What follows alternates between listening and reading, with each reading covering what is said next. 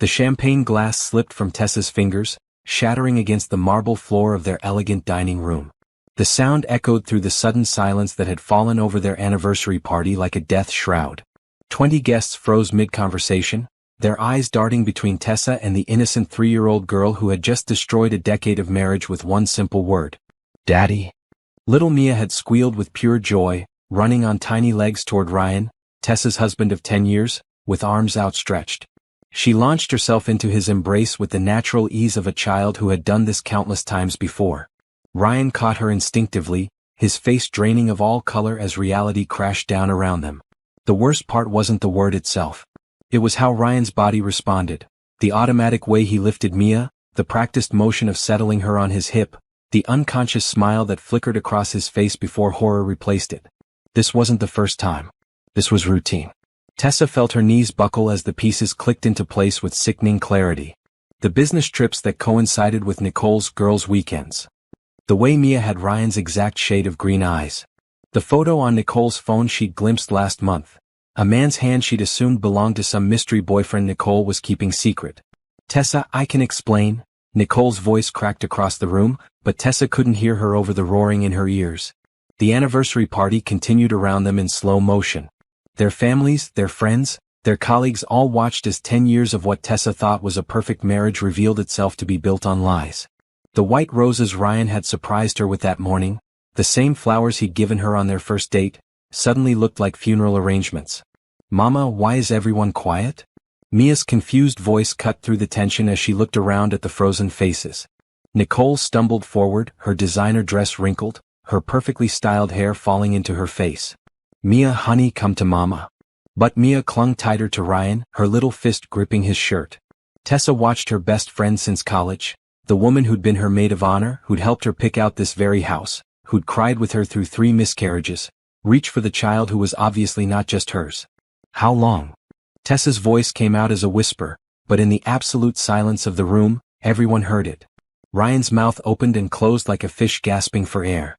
Mia had settled against his chest, her thumb in her mouth, completely unaware that she'd just detonated a bomb that would level everything Tessa had built her life around.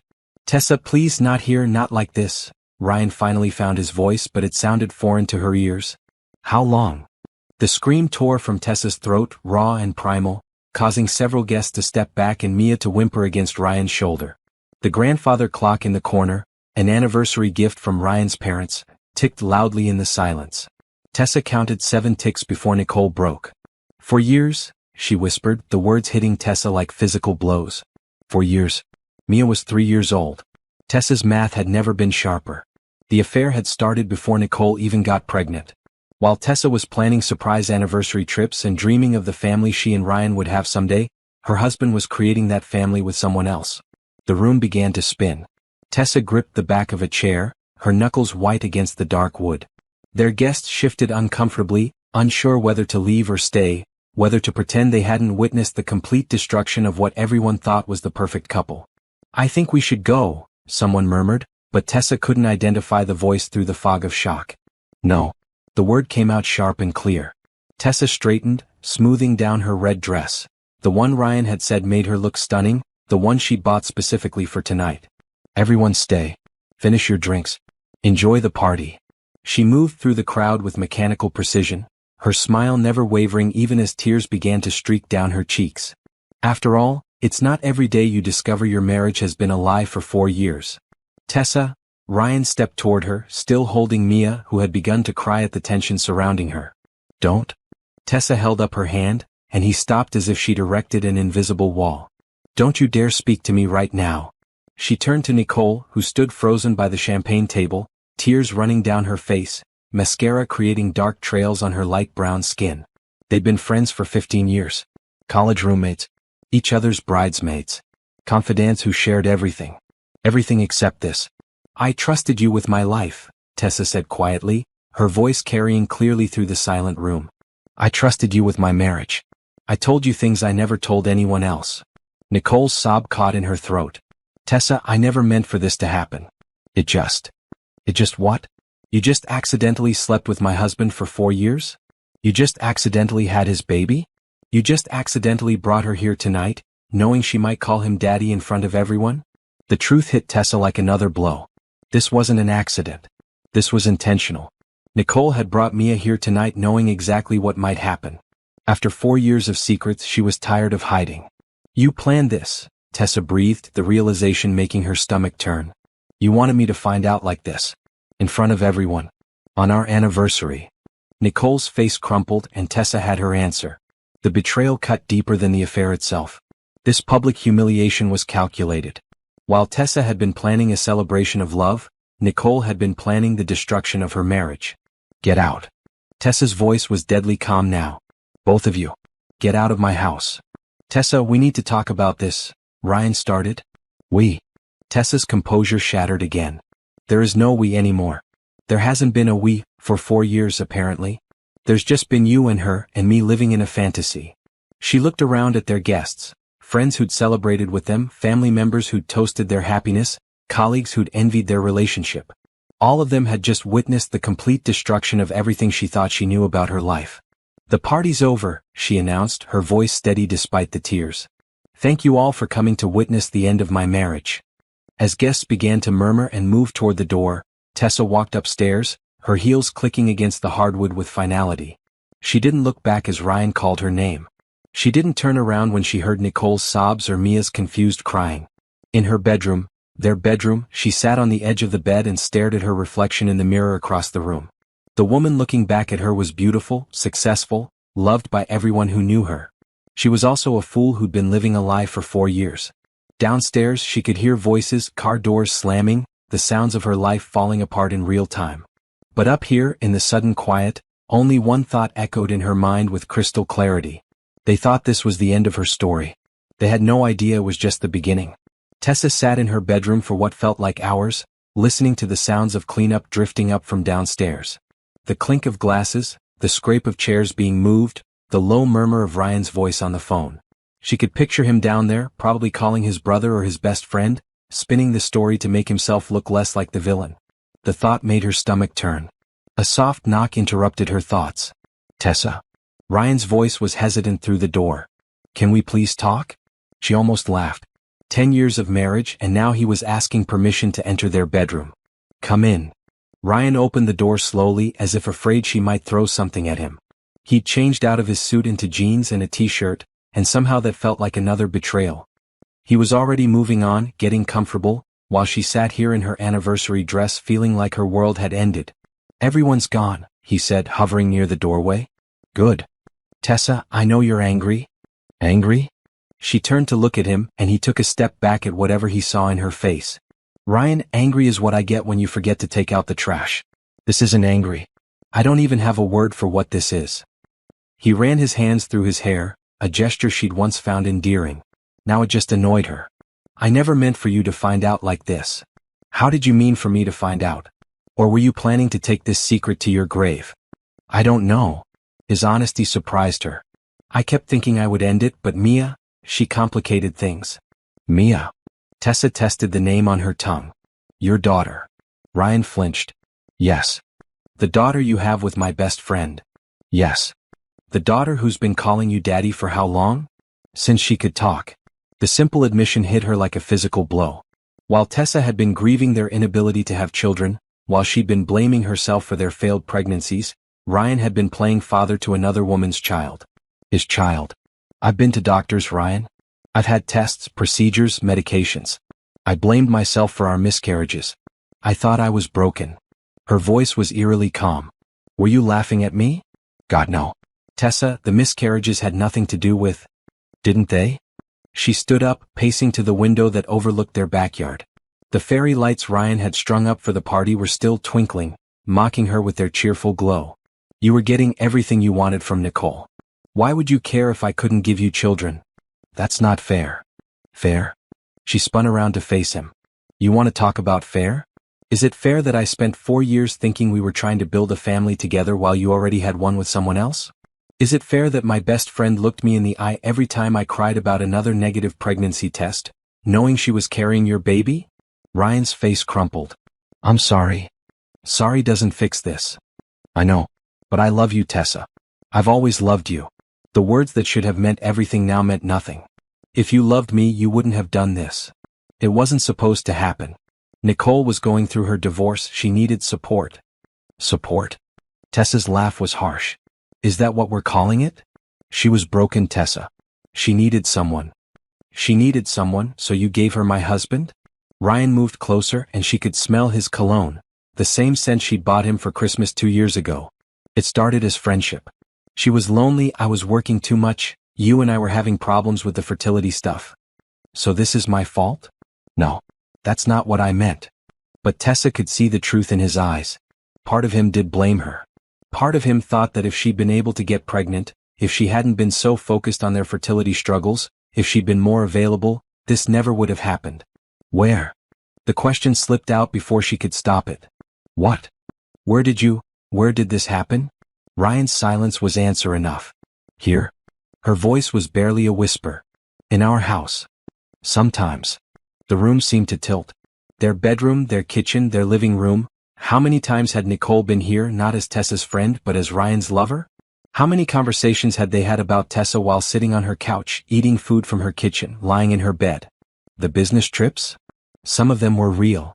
And the others? We would go away together. With Mia. Family vacation. While Tessa worked overtime to pay for the fertility treatments, her husband was playing house with another woman and their child in some romantic getaway. Does she look like you? Tessa asked suddenly. What? Mia. Does she look like you? Ryan's throat worked as he swallowed hard. She has my eyes. I noticed. Tessa had spent enough time staring into those green eyes over the past 10 years to recognize them instantly in Mia's tiny face. What else? Tessa, please don't do this to yourself. What else? She demanded. She likes music like I do. She hums the same songs. Does Nicole send you pictures? Yes. Of Mia's first steps? First words? Birthday parties? Each yes was like a knife twist. Tessa thought about all the times Ryan had been distracted, smiling at his phone, claiming it was work emails. He'd been watching his daughter grow up in secret while Tessa grieved the children they couldn't have. I kept trying to end it, Ryan said desperately. But every time I tried, something would happen. Mia would get sick or Nicole would need help with something and I couldn't just abandon them. You abandoned me instead. I never abandoned you. I'm here. I've always been here. Your body was here. But you've been gone for 4 years. The truth of it settled between them like a heavy blanket. All those nights when Ryan seemed distant, all those conversations where he was present but not really listening, all those times she'd felt like she was talking to a stranger. Now she knew why. I want you to leave, she said quietly. Tessa, we can work through this. Marriage counseling, therapy, whatever you need. I need you to leave. This is my house too. The words hung in the air like a challenge. Tessa looked around the bedroom they'd shared for 8 years, at the photos on the dresser of their wedding and anniversaries, at the life they'd built together that was apparently all an illusion. You're right, she said finally. It is your house too. But I can't look at you right now without seeing her. I can't be in the same room as you without thinking about all the lies, all the times you came home to me after being with her. Where am I supposed to go? The question revealed everything about how Ryan saw this situation. He'd had 4 years to think about this moment, 4 years to plan for the possibility of getting caught, and he had no backup plan. He'd assumed he could have both women forever. I don't care, Tessa said and meant it. Go to your brother's. Go to a hotel. Go to Nicole's. Just go. I'm not giving up on us. There is no us. There hasn't been for 4 years. Ryan stood there for a long moment, looking like he wanted to say something else. Finally, he turned toward their closet and began pulling out clothes. Tessa watched him pack a bag with items she'd bought him, clothes she'd folded, shoes she'd helped him pick out. I'll call you tomorrow, he said when he finished. Don't. Tessa. I mean it, Ryan. Don't call me. Don't text me. Don't show up here. I need time to figure out what I'm going to do. He paused at the doorway, bag in hand. I love you. You love Nicole too, apparently. And Mia. Your love doesn't mean much anymore. After he left, Tessa sat in the sudden silence of her empty house. Their house. She could smell his cologne lingering in the air, could see the indentation in the bed where he'd sat while they talked.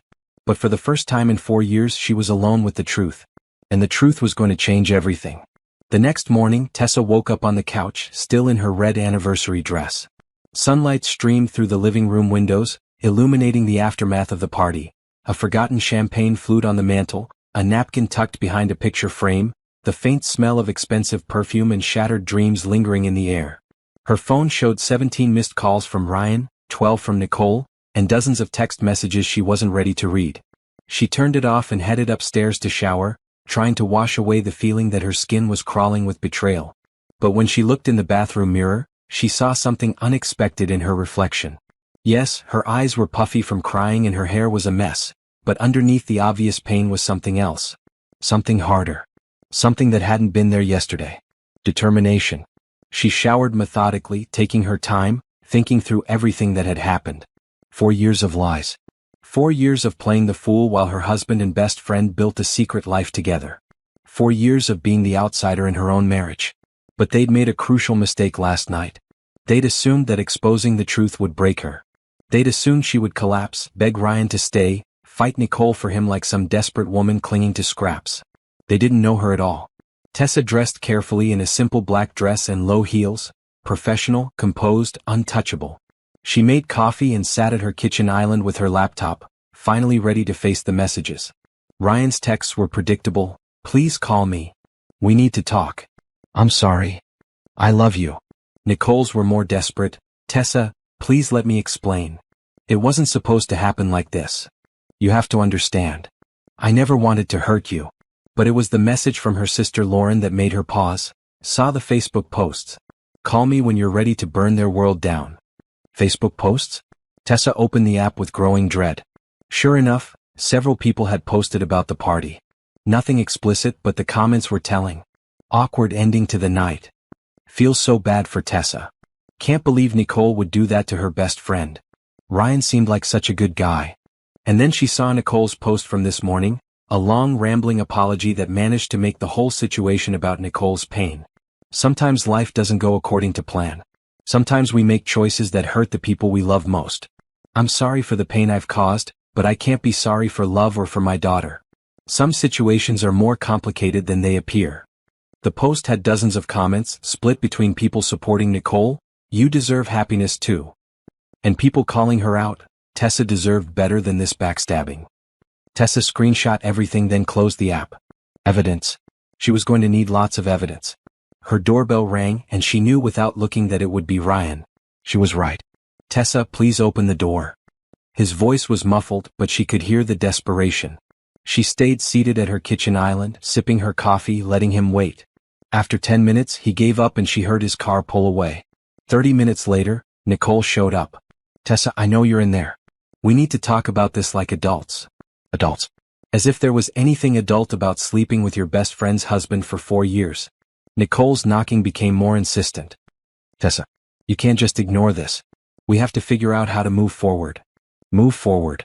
As if this was some minor disagreement they could smooth over with a heart-to-heart conversation and a bottle of wine. I'm not leaving until you talk to me, Nicole shouted. But she did leave eventually. They always did. Alone again, Tessa opened her laptop and began to research. Divorce lawyers. Financial advisors. Private investigators.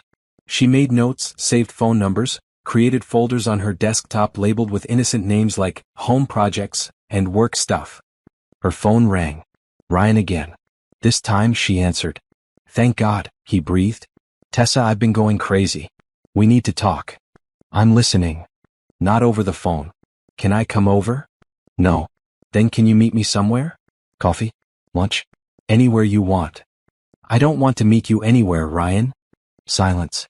Then, what do you want? Such a simple question with such a complicated answer. What did she want? Yesterday she would have said she wanted her husband, her marriage, her best friend, the family she'd dreamed of building. Today she wanted something entirely different. I want you to tell me everything, she said finally. Everything. Every detail.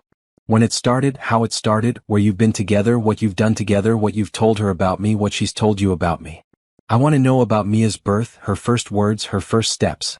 I want to know about every lie you've told me and every truth you've hidden from me. Tessa, that's not going to help anyone. It'll help me. I don't understand why you want to torture yourself with details. Because I've been living in a fantasy for 4 years, Ryan. I want to know what reality actually looks like. Another long pause. Okay. If that's what you need. It is. Can I come over tonight? After work? No. You can tell me right now over the phone. This isn't a conversation for the phone. This isn't a conversation I want to have face to face. She could hear him struggling with this, probably sitting in his car outside his brother's house, trying to figure out how to manage her like he'd been managing the situation for 4 years. It started 3 months after Nicole's divorce was finalized, he said finally. She called me crying because her ex was being difficult about custody arrangements. You were at your book club. Book club. Every other Thursday for the past 4 years, Tessa had been at book club while her husband was beginning an affair with her best friend. She came over? Yes. To our house? Yes. And? We talked. She was upset, I comforted her, and it just happened. Define it. Tessa? Define it, Ryan. We kissed. And then we stopped and she went home. But it didn't end there. No. Tessa closed her eyes, picturing that night 4 years ago. She remembered coming home from book club to find Ryan in an unusually good mood. He'd made her tea and asked about her evening with unusual interest. She thought he was being sweet. When was the next time? A week later. You were working late. Where? Her apartment. And that time. Ryan's breathing was audible over the phone. That time we didn't stop. The words hit her like physical blows, but Tessa kept her voice steady. How often? Once or twice a week at first. For how long? About 6 months. Then she got pregnant. Did she tell you it was yours? She suspected it might be. Suspected. She wasn't sure. She'd been dating someone casually. But you knew. When Mia was born, yeah. I knew. Tessa opened her laptop and started typing notes while Ryan talked. Dates, locations, details. Evidence. Did Nicole ask you to leave me? Sometimes. What did you tell her? That it was complicated. Because you didn't want to give up your comfortable life. Because I loved you both. You don't get to love us both, Ryan. That's not how marriage works. I know that now. You knew it then too. You just didn't care. As Ryan continued talking, painting a picture of secret meetings and stolen moments and a double life that had gone on right under her nose, Tessa felt something interesting happening to her emotions. The devastating pain was still there, but it was changing shape, hardening into something more useful. Anger. Not the explosive rage from last night, but something colder. More focused. More dangerous. I need to go, she said when Ryan finished his confession. Wait, what happens now? Where do we go from here? I don't know yet. Tessa, I meant what I said last night. I love you. I want to fix this. You can't fix this, Ryan. I can try. We can try. No, she said quietly. We can't. She hung up and stared at her notes. 4 pages of details about the secret life her husband had been living. 4 pages of evidence that her marriage had been a lie. But also 4 pages of ammunition. Tessa smiled for the first time since last night. It wasn't a happy smile, but it felt good. Ryan and Nicole thought this story was over. They thought they'd won by forcing the truth into the open, that now they could be together without hiding. They had no idea the story was just beginning. And this time, Tessa was going to be the one writing the ending. 3 days after the anniversary disaster, Tessa sat in the plush office of Catherine Morrison, one of the city's most feared divorce attorneys. Catherine was exactly what Tessa had hoped for, sharp, professional, and with a reputation for leaving her clients' ex-husbands financially devastated. 4 years, Catherine mused, reviewing the notes Tessa had provided. And you had no idea? None. That's actually good for us. Shows a pattern of deception and fraud. The affair produced a child, which complicates things emotionally but helps us legally. Tessa had come prepared with bank statements, tax returns, property deeds, and investment portfolios. She'd also brought a thick folder of screenshots, Nicole's social media posts, text message conversations, photos from events where she now realized Nicole and Ryan had been exchanging loaded glances while she remained oblivious. What kind of settlement are you looking for? Catherine asked. Everything I'm entitled to, plus compensation for the fraud. Fraud? Ryan used our joint funds to support his secret family. Vacations, gifts, probably child support for Mia. I have a right to an accounting of every penny. Catherine smiled approvingly. You've been thinking like a lawyer. I've been thinking like a woman who's been played for 4 years. They discussed strategy for 2 hours. Catherine explained the process, the timeline, the probable outcomes. She also recommended a private investigator. Even though Ryan's confessed to the affair, we need documentation. Financial records, communication records, evidence of his support for the child. The more evidence we have, the stronger our position. Tessa left the attorney's office feeling lighter than she had in days. Having a plan helped. Having a professional advocate helped more. Her next stop was the bank. Mrs. Patterson? The branch manager, Steve, looked surprised to see her. Is everything all right? Steve had known Tessa and Ryan for 8 years, had helped them with their mortgage, their car loans, their investment accounts. He'd always treated them as the perfect couple. I need to discuss some account changes, Tessa said carefully.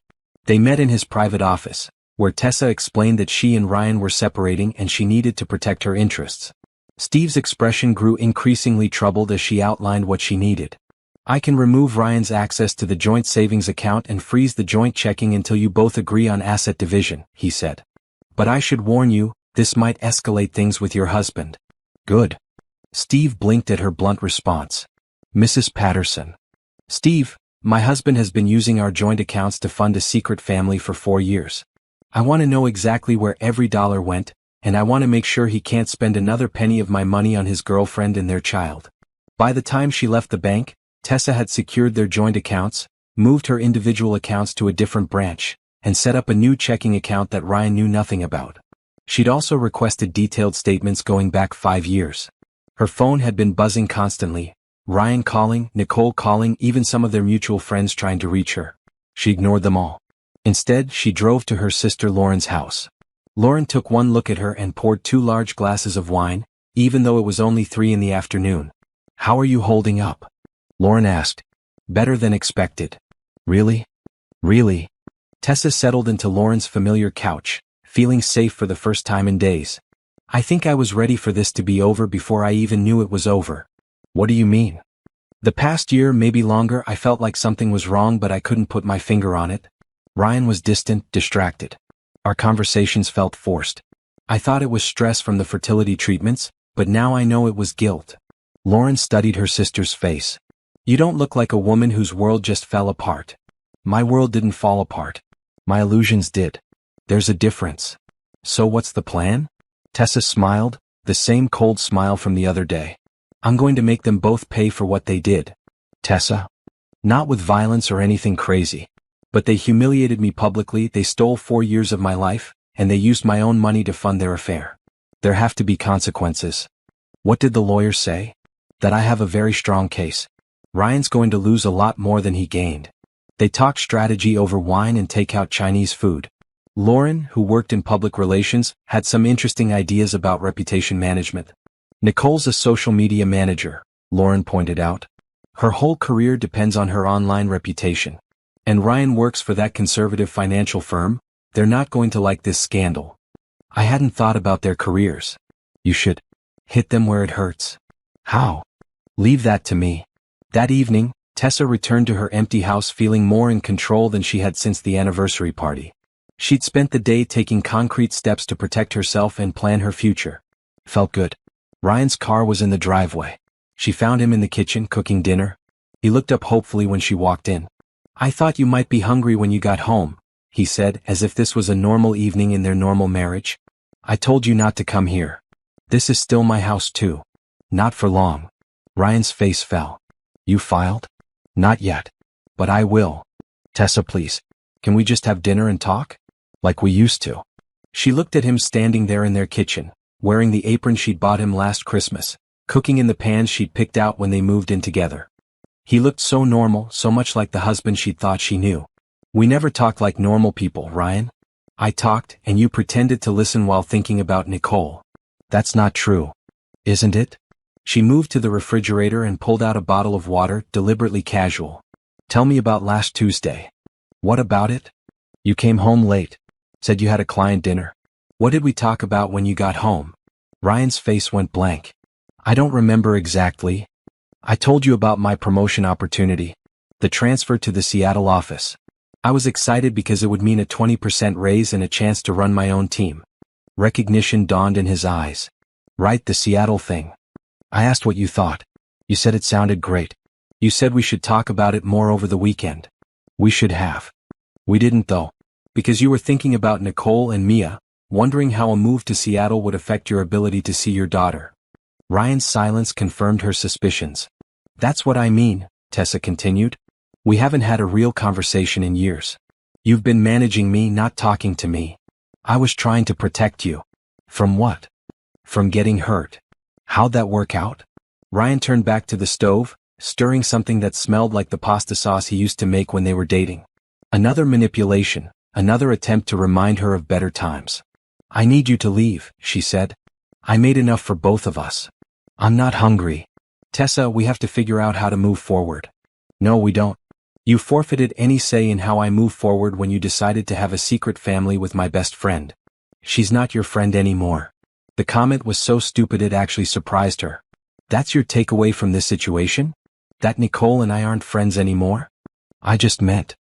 You meant that now that your secret is out, you and Nicole can be together without worrying about me. You meant that this worked out exactly like you wanted it to. That's not what I wanted. No? Then what did you want, Ryan? To keep both of us? To have me at home playing the devoted wife while you played house with Nicole and Mia on the side? I wanted to find a way to make everyone happy. By lying to everyone. I was trying to figure out the right thing to do. For 4 years. It was complicated. It wasn't complicated. The words exploded out of her. You made it complicated by being a coward. The right thing to do was to choose. If you wanted Nicole, you should have left me. If you wanted me, you should have ended it with her. But you didn't want to give up anything, so you took everything and left me with nothing. Ryan turned off the burner and faced her fully. You're right. The simple admission caught her off guard. You're absolutely right, he continued.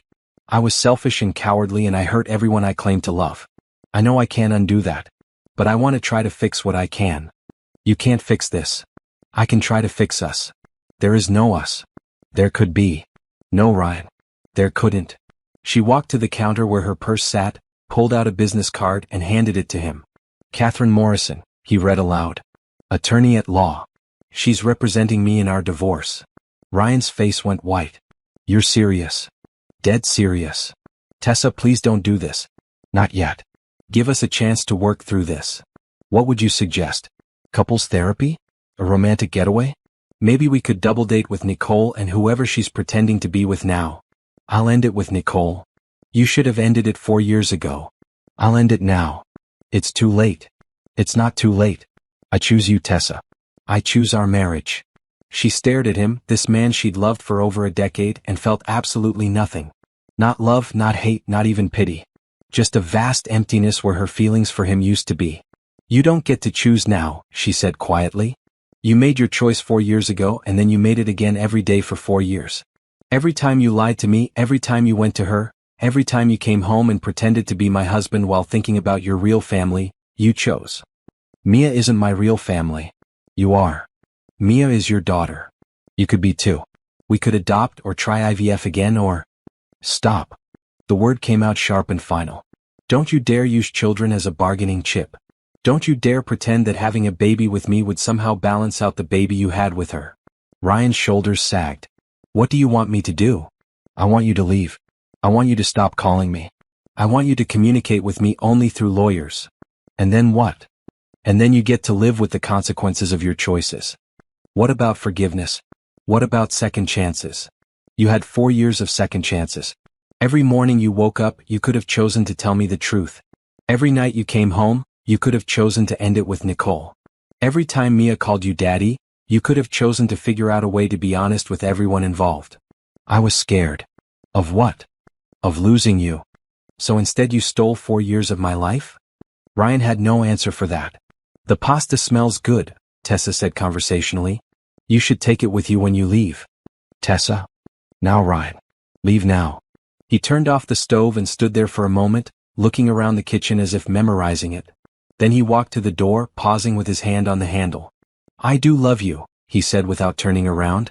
I know, Tessa replied. That's what makes this so much worse. After he left, Tessa sat in her quiet kitchen, smelling the lingering traces of his cologne and the dinner he'd tried to use to manipulate her emotions. But instead of feeling sad or lonely, she felt something else entirely. Relief. For the first time in 4 years she was alone with the truth. And the truth was going to set her free. She picked up her phone and called Catherine Morrison. I want to file tomorrow, she said when the attorney answered. And I want to make sure Ryan and Nicole both understand that this is just the beginning. 2 weeks into her new reality, Tessa met with James Chin, the private investigator Catherine had recommended. James had the kind of forgettable face that probably served him well in his profession. Average height, brown hair, quiet demeanor. But his eyes were sharp and his questions were thorough. Your attorney says you need documentation of the affair and any financial support your husband provided to his other family, James said, consulting his notes. That's right. How detailed do you want this investigation to be? Very detailed. James looked up from his notepad. Mrs. Patterson, I have to ask, what's your end goal here? Because the more detailed the investigation, the more expensive it gets, and the more painful the information tends to be. Tessa had been thinking about this question for 2 weeks. My end goal is to make sure that Ryan and Nicole face real consequences for what they did. Not just the inconvenience of a divorce, but actual consequences that will affect their lives the way their lives affected mine. Revenge. Justice. James made a note. Understood. What kind of timeline are we looking at?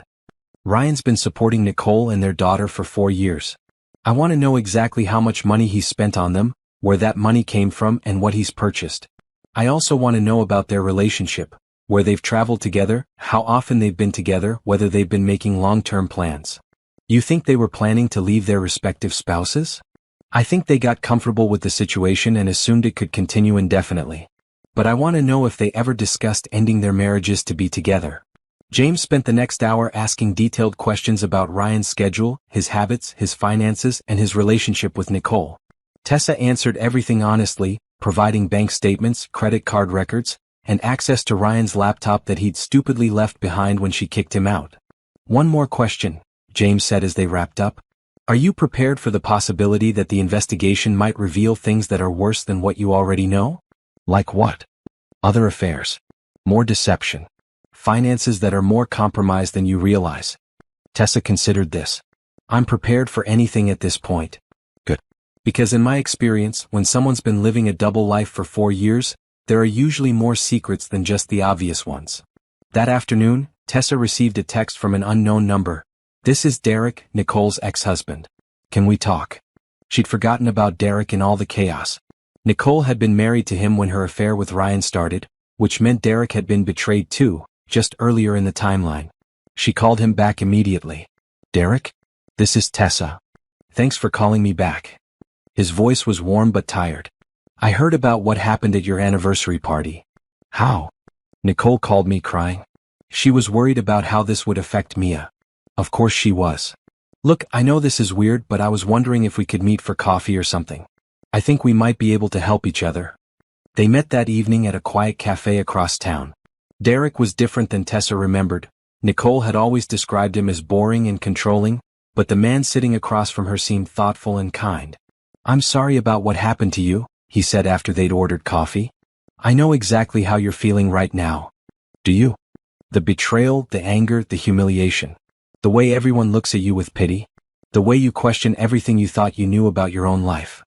Yes, Tessa said quietly. All of that. It gets better.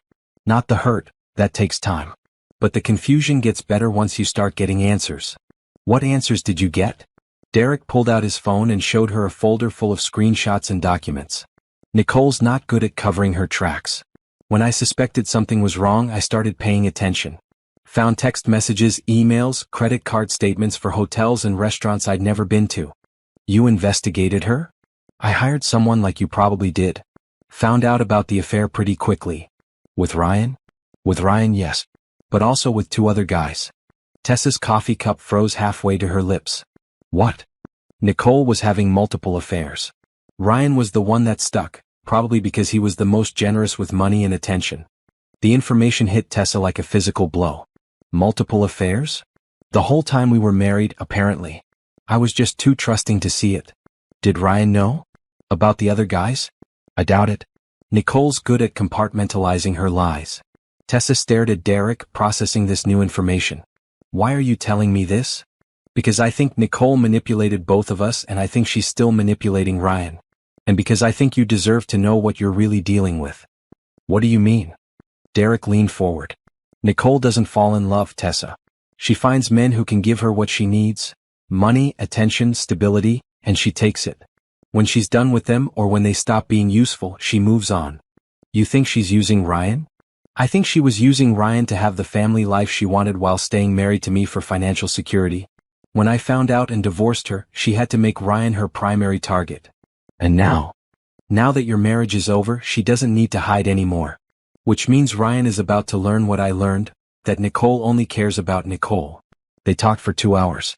Derek shared details about Nicole's patterns, her manipulation tactics, her ability to play victim while causing maximum damage to everyone around her. He also shared something else. I kept copies of everything, he said. All the evidence from my investigation, all the proof of her affairs, all the financial records showing how she used my money to fund her double life. Why? Because I knew someday she'd hurt someone else the way she hurt me, and I wanted to be able to help them. Derek handed her a flash drive. Everything's on there. Dates, times, names, places, amounts. 4 years of evidence that Nicole is a serial cheater who targets married men. Derek, it's ammunition, he said simply. Use it wisely. That night, Tessa sat at her kitchen table with Derek's flash drive and her laptop, going through years of evidence that painted a picture of Nicole she'd never seen before. Hotel receipts for affairs with 3 different married men. Credit card statements showing expensive dinners and shopping trips funded by Derek's accounts. Text message conversations where Nicole laughed about how easy it was to manipulate lonely husbands. One conversation made Tessa's blood run cold. Nicole, Tessa is so pathetic. Always talking about wanting babies. If she knew her precious husband was giving me everything she wants, she'd probably kill herself. Unknown number, you're evil L. Nicole, I'm practical. Ryan gives great gifts and Tessa pays for them. It's perfect. The messages were dated 6 months ago. Tessa screenshot everything, organized it into folders, and began to see the full scope of what had been done to her. This wasn't just an affair. This wasn't even just a 4-year deception. This was a calculated, deliberate destruction of her life by someone she trusted completely. Her phone buzzed with a text from Ryan. Can we please talk? I miss you. For the first time since the anniversary party, Tessa smiled a real smile. She was going to destroy them both. 3 weeks after the anniversary disaster, Tessa was no longer the devastated wife everyone expected her to be. She was something far more dangerous. A woman with a plan, resources, and nothing left to lose. Her first call Monday morning was to her boss, Patricia.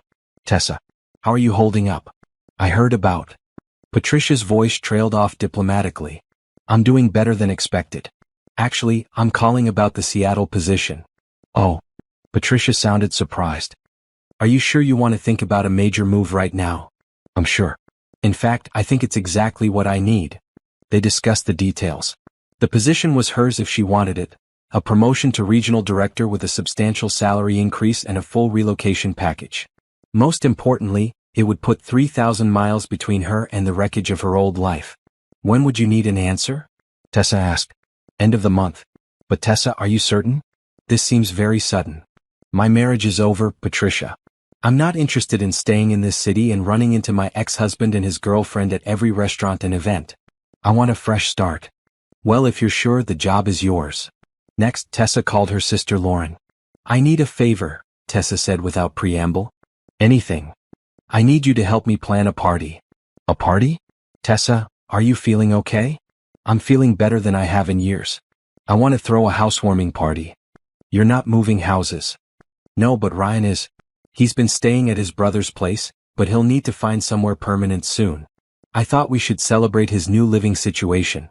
Lauren was quiet for a moment. This sounds like revenge. This sounds like closure. What do you need me to do? Tessa outlined her plan. It was elegant in its simplicity and devastating in its potential impact. Jesus, Tessa. That's. Lauren paused. That's brilliant. And probably evil. They destroyed my life publicly. Turnabout is fair play. I'm in. What else do you need? Help with the guest list. While Lauren worked on party planning, Tessa met with James, her private investigator, for his first report. Your husband's financial support of Nicole Watson and their daughter is extensive, James said, laying out folders of evidence. Over the past 4 years, he spent approximately $87,000 on them. $87,000? Hotel rooms for their trips together, gifts for Nicole and the child, dinners, entertainment, even some of Nicole's rent when she was between jobs last year. Tessa felt sick. $87,000 of their joint money had gone to support Ryan's secret family while she'd been scrimping to pay their fertility treatment costs. What else? They've been talking about buying a house together. Nicole's been looking at properties in the suburbs, places with good school districts for Mia. They're planning a future together. It appears so. I also found something else interesting. James pulled out another folder. Nicole's been in contact with a family attorney about establishing paternity and securing child support from Ryan. Child support? Official child support. Through the courts. Which would be public record.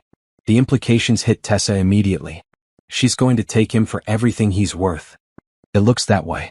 She's also been researching his assets, his income, his inheritance prospects. She's been planning this. 4 months, based on the search history I recovered from her laptop. James had been thorough. He'd documented Ryan and Nicole's relationship timeline, their financial entanglements, their future plans, and Nicole's history of targeting married men for financial gain. There's one more thing, James said. Nicole's been spreading a narrative about your marriage that you should know about. What kind of narrative? She's been telling people that you and Ryan have been having problems for years. That you're controlling and cold, that Ryan's been unhappy but stayed out of obligation. She's rewriting history. She's setting up a story where Ryan was the victim of an unhappy marriage and she was his salvation. Tessa felt a familiar cold anger settling in her chest. What else has she been saying? That you've been pressuring Ryan about children, that you've been obsessive about fertility treatments, that you've made his life miserable with your demands for a baby.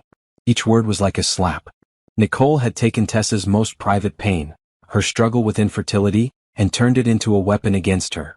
I have recordings, James added quietly. Recordings? Nicole talks a lot when she drinks. I may have been in the right places at the right times. He played several audio clips on his phone. Nicole's voice, slightly slurred with alcohol, telling anyone who would listen about poor Ryan and his crazy wife, and how she was saving him from a loveless marriage. This woman has been destroying your reputation while sleeping with your husband, James observed. Not anymore, Tessa said grimly. That evening, Derek called with more information. I've been thinking about what you're planning, he said. And I want to help. Why? Because Nicole destroyed my life too and she's about to do the same thing to Ryan that she did to me. The difference is you have a chance to stop her before she takes everything. What do you mean? Nicole's pattern is to get men to support her financially, then use legal means to lock in permanent support. She did it with me through alimony. She's planning to do it with Ryan through child support. But Mia is Ryan's daughter. Yes, but Nicole's going to use that child to control Ryan for the next 15 years. And she'll make sure he pays maximum child support while fighting him for custody if he ever tries to leave her. Derek had been through Nicole's manipulation firsthand. His insights were invaluable. What are you suggesting? I'm suggesting we give Ryan a glimpse of his future before it's too late for him to escape it. I don't want to save Ryan. I'm not talking about saving Ryan. I'm talking about destroying Nicole. They spent an hour strategizing. Derek had resources Tessa hadn't considered. Mutual friends of Nicole's who'd been suspicious of her behavior, former co-workers who'd witnessed her manipulation tactics, even some of the other men she'd targeted who might be willing to speak up. Nicole's greatest strength is that she operates in shadows, Derek explained. She relies on people not talking to each other, not comparing notes. But if we shine a light on her patterns, everyone will see what she really is. Exactly. As they finalized their plan, Tessa felt a sense of anticipation she hadn't experienced in years. For 4 years she'd been the victim of other people's choices. Now she was going to be the one making choices. And her choices were going to change everything. Her phone buzzed with a text from Ryan. I heard you're moving to Seattle. Can we please talk before you go? Tessa showed the message to Derek over the phone. He's panicking, Derek observed. He probably thought you'd stay here and pine for him while he figured out his situation with Nicole. He thought wrong. Are you going to respond? Tessa considered this. Actually, yes. It's time Ryan and I had a real conversation. But not the conversation Ryan was expecting. Tessa agreed to meet Ryan for dinner at Marcello's, the Italian restaurant where they'd had their first date 12 years ago. She chose the location deliberately. It was public, familiar, and loaded with emotional significance that would put Ryan off balance. She arrived first, dressed in a sleek navy dress that made her look professional and untouchable. Ryan showed up 10 minutes late, looking haggard. He'd lost weight and there were dark circles under his eyes. You look good, he said as he sat down across from her. Thank you.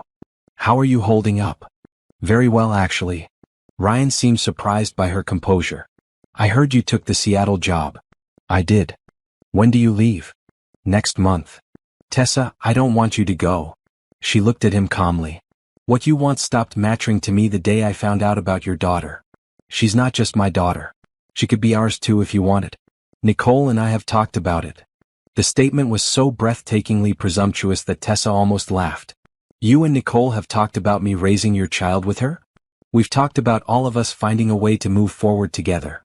All of us. As a family. Tessa stared at him. Ryan, do you hear yourself right now? I know it sounds complicated. It sounds insane. You think I'm going to play happy family with the woman who helped you lie to me for 4 years? People do it all the time. Blended families, co-parenting. People who get divorced and remarry other people, yes. Not people who all live together in some bizarre arrangement where the wife raises the mistress's child. Ryan's face flushed. Nicole's not my mistress. What is she then? It's complicated. It's really not. You had an affair, she got pregnant, and now you're both dealing with the consequences. It's more than that. Is it? What exactly is your relationship with Nicole now? Ryan shifted uncomfortably. We're trying to figure that out. While you're both still married to other people. You filed for divorce. Yes, I did. What's Nicole's excuse? Ryan went quiet. She's still married to Derek, isn't she? Tessa pressed. Technically. They're separated. But not divorced. Not yet. Tessa leaned back in her chair. So Nicole has been married to Derek, having an affair with you, and now she's separated from Derek but not divorced, and you want me to join this happy little family arrangement? When you put it like that, it sounds bad. It is bad, Ryan. Their server approached with menus, but Tessa waved him away. We won't be staying long. Tessa, please. Just hear me out. I'm listening. I love you. I've always loved you. But I love Nicole too, and I love Mia. I can't choose between you. You already chose. 4 years ago. I chose to have an affair. That doesn't mean I chose to end our marriage. Yes, it does. No, it doesn't. Marriages survive affairs all the time. Not affairs that produce children, Ryan. Not affairs that last 4 years. Not affairs with the wife's best friend. Other marriages have survived worse. Name one. Ryan couldn't. Here's what I think happened, Tessa said conversationally. I think you and Nicole got caught up in the excitement of sneaking around. You felt like teenagers having secret meetings and stolen moments. It was thrilling. Ryan didn't deny it. But now the secret's out and it's not exciting anymore. It's just messy and complicated in public. Nicole's putting pressure on you to leave me and marry her, but you don't want to give up the comfortable life we built together. That's not. And I think Nicole's been making demands. About money, about time, about your future together. I think she's not as understanding about your divided loyalties as she used to be. Ryan's silence told her she was right. How much is she asking for in child support? Tessa asked. What? Nicole. How much child support is she asking for? I don't know what you're talking about. Ryan, I know she's been researching legal options for securing support for Mia. I know she's been in contact with family attorneys. The color drained from Ryan's face. How do you know that? I know a lot of things now. I know about the $87,000 you've spent on Nicole and Mia over the past 4 years. I know about the house you two have been planning to buy together. I know about Nicole's other affairs. Other affairs?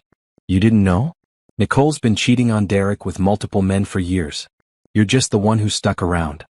Ryan stared at her. That's not true. It is true. I have evidence. Even if it were true, that was before us.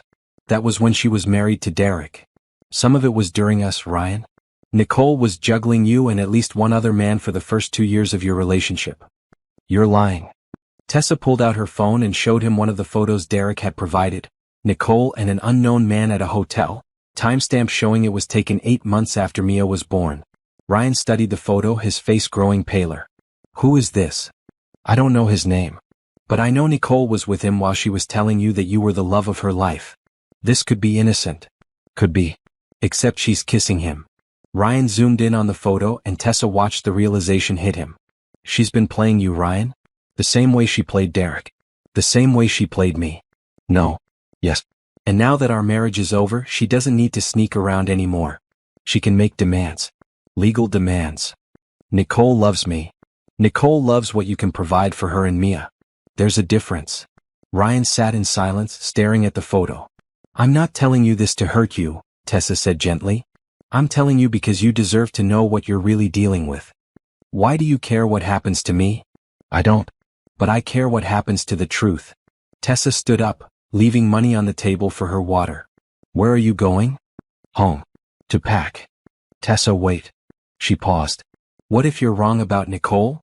Then you'll be very happy together and none of this will matter. And if you're right? Then you're about to learn what Derek learned 3 years ago. Which is that Nicole doesn't love anyone but Nicole. Tessa left Ryan sitting alone at the table, staring at the photo on her phone screen. She'd planted the seeds of doubt exactly as she'd intended. Now she just had to wait for them to grow. Her phone buzzed as she walked to her car. A text from Lauren, party invitations are ready to send. Are you sure about this? Tessa looked back through the restaurant window at Ryan, still frozen at their table. I'm sure. Send them tomorrow. It was time for the final act. The invitations went out on Thursday morning, elegant cream cardstock with gold lettering. Join us for a celebration of new beginnings and fresh starts. Come toast Ryan and Nicole as they begin their new life together with their beautiful daughter Mia. Finally, love wins. Saturday evening, 7 p.m. at Nicole's apartment. Lauren had included the address and a note about appetizers and cocktails being provided. She'd sent invitations to everyone who'd been at Tessa's anniversary party, plus Nicole's co-workers, Ryan's colleagues, both of their families and their entire social circle. By Friday afternoon, Tessa's phone was buzzing constantly. Did you send out invitations for Ryan and Nicole's party? Her mother-in-law asked, clearly confused. I wanted to make sure everyone knew they were officially together now, Tessa replied sweetly. After hiding their relationship for so long, they deserve to celebrate publicly. But honey, it seems like the mature thing to do. They have a child together. They should be supported by their friends and family. Similar conversations happened throughout the day. People were confused, uncomfortable, unsure whether the invitations were genuine or some kind of mistake. But nobody wanted to be the one to suggest that Tessa was playing games. By Friday evening, both Ryan and Nicole were calling her frantically. Tessa, what the hell is this party? Ryan demanded when she finally answered his call. It's a celebration of your new relationship. I thought it was time everyone acknowledged what's been true for 4 years. You can't just throw us a party without asking. Why not? You've been making decisions about my life without asking for 4 years. This is different. How? This is public. So was our anniversary party. So was the moment when your daughter called you daddy in front of everyone. You two seem to like public moments. Tessa, please cancel this. I can't. The invitations have already gone out. People are expecting a party. Then we won't show up. That would be rude to your guests. Our guests? We didn't invite anyone. No, but I did. In your honor. Ryan was quiet for a long moment. What are you doing? I'm giving you what you wanted, Ryan. A chance to be public about your relationship with Nicole and Mia. This isn't what I wanted. No? Then what did you want? I wanted time to figure things out privately. You had 4 years of private time. Now it's time for public acknowledgement. Tessa hung up and immediately got a call from Nicole. Tessa, we need to talk. I think we've said everything that needs to be said. You can't throw us a party? This is insane. What's insane about celebrating love? You two are finally free to be together openly. This is a good thing. It's not a good thing. People aren't ready for this. People seemed ready to gossip about it at my anniversary party. That was different. How? Nicole was crying now. Tessa, please. This will ruin everything. Everything was already ruined, Nicole. I'm just making it official. I never meant for this to happen. You brought Mia to my anniversary party knowing she might call Ryan daddy. You absolutely meant for this to happen. Not like this. How did you think it would happen?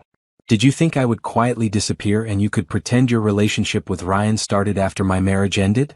I thought we could find a way to make this work for everyone. By lying for 4 more years? By being sensitive to the situation. The situation is that you slept with my husband and had his baby. There's no sensitive way to handle that. Tessa, if you do this, if you force us into the open like this, it's going to destroy everything. Good. Nicole's sob caught in her throat. Why are you being so cruel? I'm not being cruel. I'm being honest. For the first time in 4 years, everyone is going to know the truth. Saturday evening arrived with perfect weather, clear skies, mild temperature, ideal for a party. Tessa positioned herself across the street from Nicole's apartment complex at 6:45 p.m., dressed casually and wearing sunglasses, ready to watch the show. The first guests arrived at 7 p.m. sharp. Ryan's parents looking confused and uncomfortable. They stood outside Nicole's building for several minutes, clearly debating whether to go up. More people began arriving. Nicole's co-workers, some of their mutual friends, Ryan's brother and sister-in-law.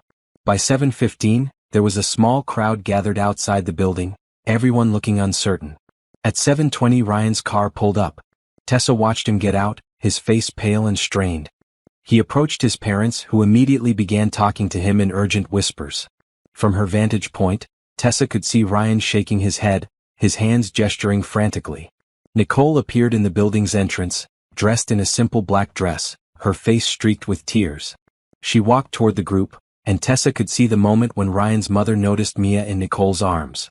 The child was wearing a pink dress and had Ryan's unmistakable green eyes. Even from across the street, Tessa could see the resemblance.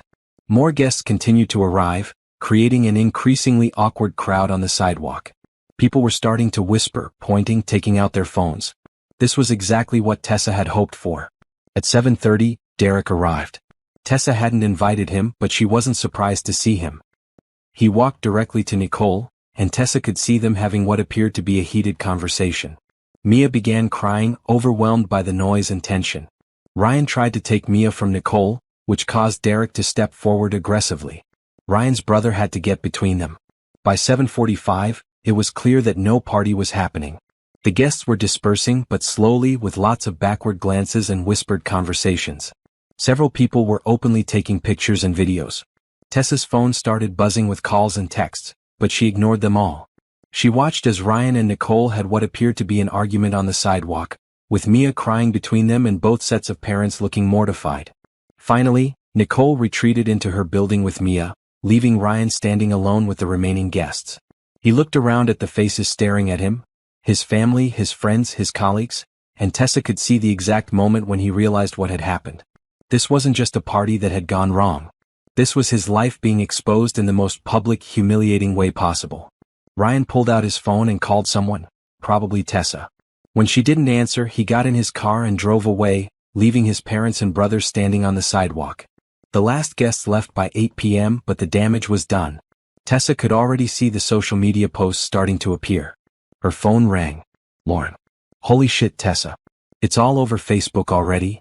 Good. There are videos. People filmed the whole thing. Even better. Nicole's crying in the hallway of her building. Someone got that on video too. Perfect. Tessa, this is brutal. I mean, I knew that was the point, but seeing it. They had 4 years to handle this with dignity and privacy. They chose lies instead. What now? Now we wait and see what happens next. What happened next was spectacular. By Sunday morning, the story had spread through their entire social circle. The videos and photos from the party had been shared dozens of times, along with commentary that ranged from supportive of Tessa to horrified by the situation to critical of everyone involved. Nicole posted a long, rambling Facebook status trying to explain the situation, but it only made things worse. Yesterday was supposed to be a celebration, but instead it turned into public humiliation orchestrated by someone who claims to care about truth, but is really just seeking revenge. Yes, Ryan and I have a complicated history. Yes, we have a beautiful daughter together. Yes, our situation isn't conventional. But love doesn't follow conventional rules, and family doesn't always look the way people expect it to. I'm tired of hiding and apologizing for finding happiness. The post backfired spectacularly. The comments were brutal. You had an affair with your best friend's husband and you're the victim? Poor Tessa. She didn't deserve this. How can you call this love when it was built on lies? That little girl is the only innocent person in this mess. Ryan's workplace got involved on Monday. His firm had a strict morality clause, and the public scandal was exactly the kind of thing they wanted to avoid. By Tuesday he was on unpaid leave pending an investigation. Nicole's situation was even worse. Her company specialized in social media management for family-friendly brands, and having an employee whose personal life was trending as a cheating scandal was unacceptable. She was fired by Wednesday. But the real consequences were just beginning. Derek filed for emergency custody of Mia, claiming that Nicole was an unfit mother who had exposed their daughter to inappropriate situations and public humiliation. He had videos from Saturday night showing Mia crying in the chaos Nicole had created. Ryan's parents issued a statement through their church, distancing themselves from their son's behavior and expressing support for Tessa. His brother refused to speak to him. Nicole's family was split, with her sister publicly calling her selfish and manipulative while her mother tried to defend her. By Thursday, both Ryan and Nicole were receiving legal papers. Derek was suing Nicole for full custody and Ryan for alienation of affection. Tessa's divorce attorney was demanding a full accounting of marital assets, including the $87,000 Ryan had spent on his secret family. The local newspaper picked up the story on Friday, running it as a human interest piece about the dangers of social media and public shaming. They didn't use names, but everyone knew who they were talking about. By the following Monday, exactly 1 week after the failed party, both Ryan and Nicole were facing career destruction, family estrangement, and multiple lawsuits. Tessa, meanwhile, was packing for Seattle and watching it all unfold from the comfortable distance of someone who had nothing left to lose. Her phone rang constantly, reporters, friends, even some strangers who had opinions about the situation. She ignored them all except for one call. Tessa. Ryan's voice was broken. Please. We need to talk. About what? About calling this off. About stopping this before it gets any worse. Stopping what? You know what? The investigation, the legal pressure, the public humiliation. You've made your point. Have I? Yes. You've destroyed both of us. You've won. I haven't won anything, Ryan. I've just stopped losing. What do you want? Money? The house. I'll give you whatever you want if you'll just make this stop. I don't want anything from you. Then why are you doing this? I'm not doing anything. I threw you a party to celebrate your relationship. Everything else is just the natural consequence of people knowing the truth about what you two did. The truth is destroying innocent people. The truth is destroying people who made choices. Mia is the only innocent person in this situation. Then think about Mia. Think about what this is doing to her. I'm thinking about her. I'm thinking that she deserves better than parents who built their relationship on lies and betrayal. Tessa, please. I'm moving to Seattle next week, Ryan. After that, I'll never see you again. You and Nicole will be free to figure out your lives without me. What if we can't? What if you can't what? What if we can't figure it out? What if this destroys everything? Then I guess you'll learn what I learned 3 weeks ago. Which is that sometimes the life you thought you were living was never real to begin with. Tessa hung up and continued packing. She had 1 more week in this city, 1 more week of watching the dominoes fall. Then she would leave it all behind and start over. But first she had one final surprise planned. On Thursday evening, 3 days before Tessa's departure to Seattle, she sent 2 final text messages. To Ryan, meet me at our house tonight at 8 p.m. We need to have one last conversation. To Nicole, meet me at my house tonight at 8 p.m. There are things you need to know about Ryan. She sent the messages from different phones and worded them carefully to ensure both would show up expecting to meet with her alone. At 7:45 p.m., Tessa sat in her living room, surrounded by packed boxes, waiting. The house felt like a museum of her former life. Photos on the walls of happier times, furniture they'd chosen together, memories embedded in every corner. But she felt nothing looking at it now. No nostalgia, no sadness, just a calm sense of completion. Ryan arrived first at exactly 8 p.m. He looked terrible, unshaven, rumpled clothes, the kind of exhaustion that comes from having your life fall apart in public. Thank you for agreeing to see me, he said as she let him in. Sit down, Ryan. He chose the couch where they used to watch movies together, where they'd planned their future, where they'd comforted each other through 3 miscarriages. Now he perched on the edge like a stranger. Tessa, I know you hate me. I don't hate you. He looked surprised. You don't? No. I hate what you did, but I don't hate you. Hate requires caring, and I don't care about you anymore. The words hit him like a physical blow. That's worse than hate, he said quietly. Yes, it is. Before Ryan could respond, the doorbell rang. Are you expecting someone? He asked. Yes. Tessa opened the door to reveal Nicole, who froze when she saw Ryan's car in the driveway. What is this? Nicole demanded. This is a conversation that's 4 years overdue, Tessa replied, stepping aside to let Nicole in. Nicole entered reluctantly, her eyes darting between Tessa and Ryan. She looked as bad as Ryan did, dark circles under her eyes, her usually perfect hair unwashed, stress written across her face. I'm not doing this, Nicole said immediately. I'm not playing whatever game this is. It's not a game, Tessa said calmly. It's an ending. Whose ending? All of ours. Tessa gestured for Nicole to sit in the armchair across from Ryan. After a moment's hesitation, Nicole sat down, but kept her purse clutched in her lap like a shield. I asked you both here because there are things that need to be said, Tessa began. Things that have been hidden for too long. We've said everything that needs to be said, Ryan interrupted. We've heard each other enough. Have we? Tessa pulled out a thick folder and set it on the coffee table between them. Because I don't think either of you understands the full scope of what's been happening. Nicole stared at the folder with growing alarm. What is that? Evidence. Evidence of what? Evidence of who you really are, Nicole. Tessa opened the folder and pulled out the first set of documents. Bank statements, hotel receipts, credit card records. These show every dollar Ryan spent on you and Mia over the past 4 years, she said, laying them out. $87,000 of our joint money. Ryan's face went pale. How did you get those? I hired an investigator. A very thorough one. She pulled out the next set of documents, screenshots of text messages, social media posts, dating app profiles. These show Nicole's relationships with other men during your affair, Ryan. What? Ryan leaned forward, scanning the papers. Nicole wasn't just cheating on Derek with you. She was cheating on both of you with multiple other men. That's not true, Nicole said, but her voice lacked conviction. It is true. I have photos, messages, hotel records. You were running 4 different relationships simultaneously for over a year. Tessa placed a photo on the table. Nicole with an unknown man at a restaurant, clearly intimate, time-stamped during the height of her affair with Ryan. Ryan stared at the photo. Who is this? His name is Michael. He's married too. Nicole was getting expensive gifts from him while Ryan was paying her rent. Nicole? Ryan's voice was barely a whisper. Nicole's mask finally slipped. It wasn't like that. What was it like? Tessa asked. It was complicated. Complicated how? You wouldn't understand. Try me. Nicole looked back and forth between Tessa and Ryan, trapped. Different men gave me different things. Ryan gave me stability and emotional support. Michael gave me excitement and adventure. Derek gave me financial security.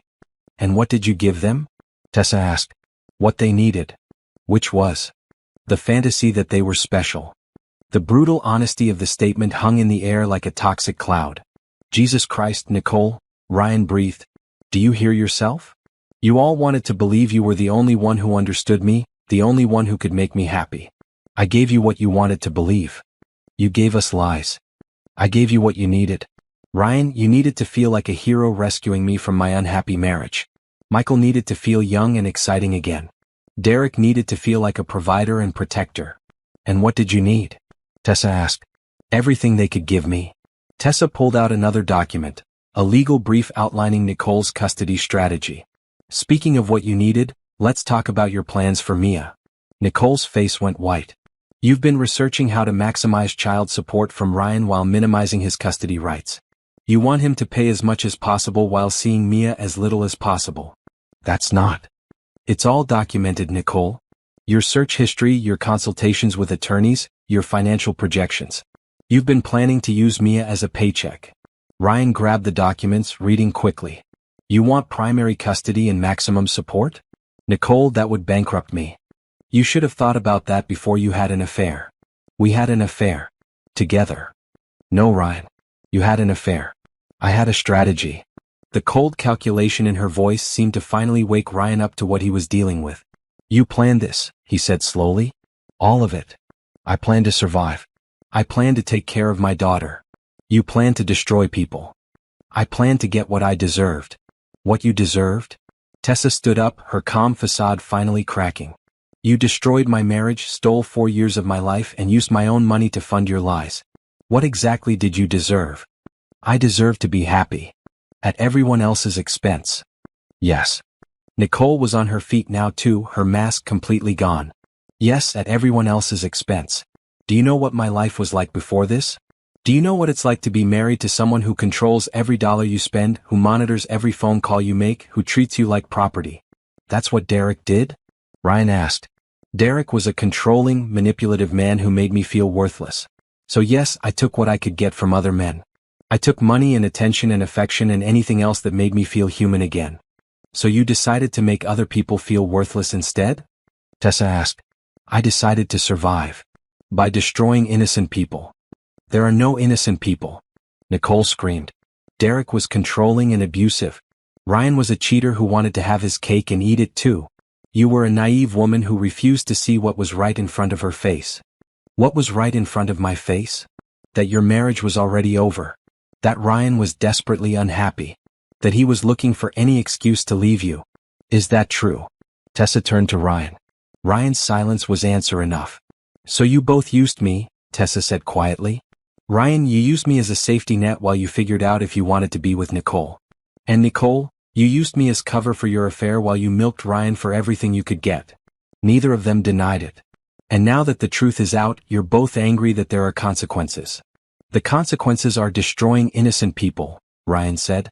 Mia didn't ask for any of this. No, she didn't. But she's going to grow up knowing her parents built their relationship on lies and betrayal. That's on you, not me. Tessa walked to the window, looking out at the street where she'd lived for 8 years, where she'd built a life that turned out to be a complete fantasy. I'm leaving for Seattle tomorrow, she said without turning around. After tonight, I'll never see either of you again. Tessa, Ryan started. But before I go, I want you both to understand something. She turned back to face them. You think I orchestrated this revenge because I was angry? You think I destroyed your lives because I wanted you to hurt the way I hurt? Didn't you? Nicole asked. No. I did it because I wanted you both to face the truth about what kind of people you are. What kind of people are we? Ryan asked. You're cowards. Both of you. You're people who take what you want and justify it later. You're people who hurt others to avoid being uncomfortable yourselves. And what kind of person are you? Nicole shot back. Tessa smiled, the first genuine smile she'd had in their presence since the anniversary party. I'm someone who's finally free. She walked to the door and opened it. Now get out of my house. Both of you. As Ryan and Nicole gathered themselves to leave, Tessa had one final thing to say. Oh, and Nicole? Derek is filing for full custody of Mia. He has evidence of your affairs, your manipulation, and your plan to use Mia for financial gain. You might want to get a good lawyer. How do you know that? Because I gave him all the evidence he needed. Nicole's face crumpled. Why would you do that? Because Mia deserves better than parents who see her as a pawn in their games. After they left, Tessa sat alone in her empty house, surrounded by the remnants of her old life. Tomorrow she would drive to Seattle and start over. She would build a new life based on truth instead of lies, on her own choices instead of other people's deceptions. For the first time in 4 years she was free. And freedom felt better than revenge ever could. 6 months later, Tessa stood in her corner office on the 32nd floor of a Seattle high-rise, looking out at the Puget Sound. The view was spectacular. Mountains in the distance, ferries crossing the water, a city full of possibilities she was only beginning to explore. Her assistant knocked on the open door. Tessa? Your 3 p.m. is here. Send him in, please. Marcus Chin entered her office with a warm smile and a cup of coffee from the place downstairs that had become their regular meeting spot. He was the head of the marketing department, and over the past 3 months, their professional relationship had slowly evolved into something more personal. How did the presentation go? He asked, settling into the chair across from her desk. Better than expected. The Portland division wants to implement our strategy company-wide. That's fantastic. Congratulations.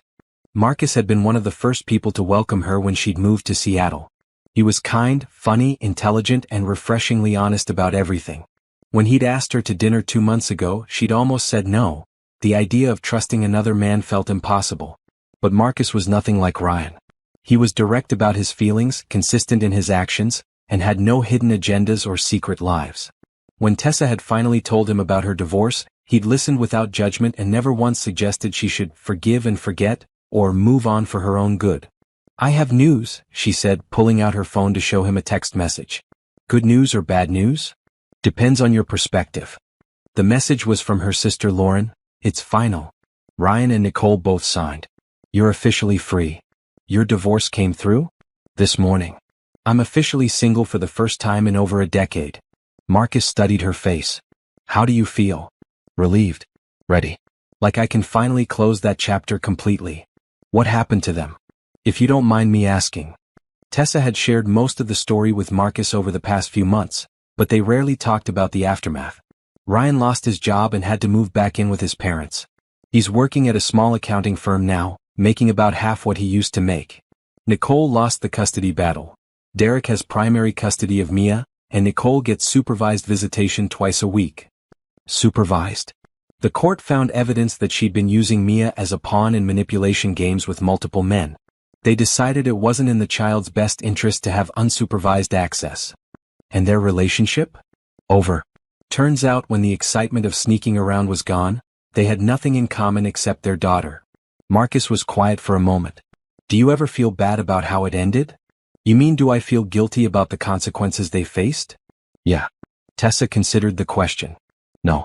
I feel sad for Mia, because she's the only truly innocent person in the whole situation. But Ryan and Nicole made their choices. They chose to lie, to cheat, to manipulate people who trusted them. The consequences came from their actions, not mine. You just made sure people knew the truth. I made sure people knew the truth, she agreed.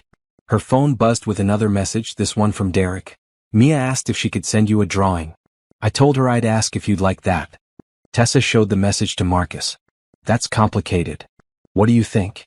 I think Mia is an innocent child who's been hurt by her parents' choices. If she wants to send me a drawing, I'd be honored to receive it. Over the past 6 months, Derek had kept Tessa updated on Mia's progress. The little girl was in therapy to help her process the chaos her parents had created, and she was thriving in Derek's stable, consistent care.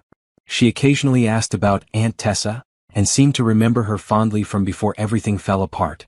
Tessa texted back, I would love to receive a drawing from Mia. Please give her my love. You're remarkable, you know that?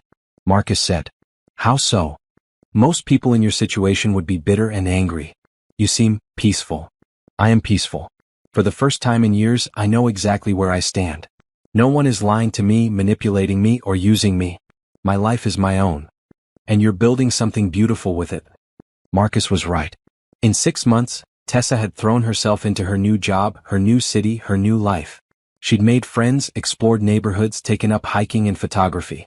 She'd created a life that was entirely hers, built on her own choices and values. There's something else, she said, pulling out an envelope that had been sitting on her desk all day. What's that? A job offer. From the company's London office. Marcus's face fell slightly. London?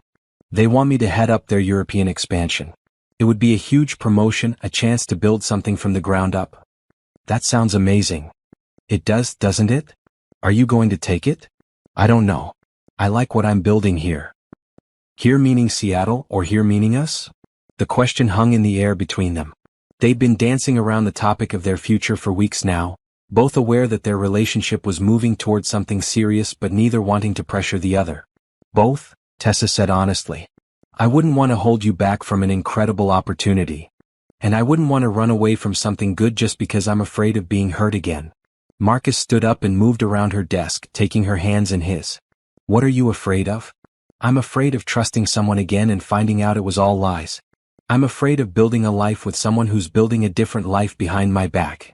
I understand that fear. Do you? Tessa, I'm not Ryan. I'm not Nicole. I'm not anyone from your past. I'm just a guy who thinks you're incredible and wants to see where this goes. And if I take the London job?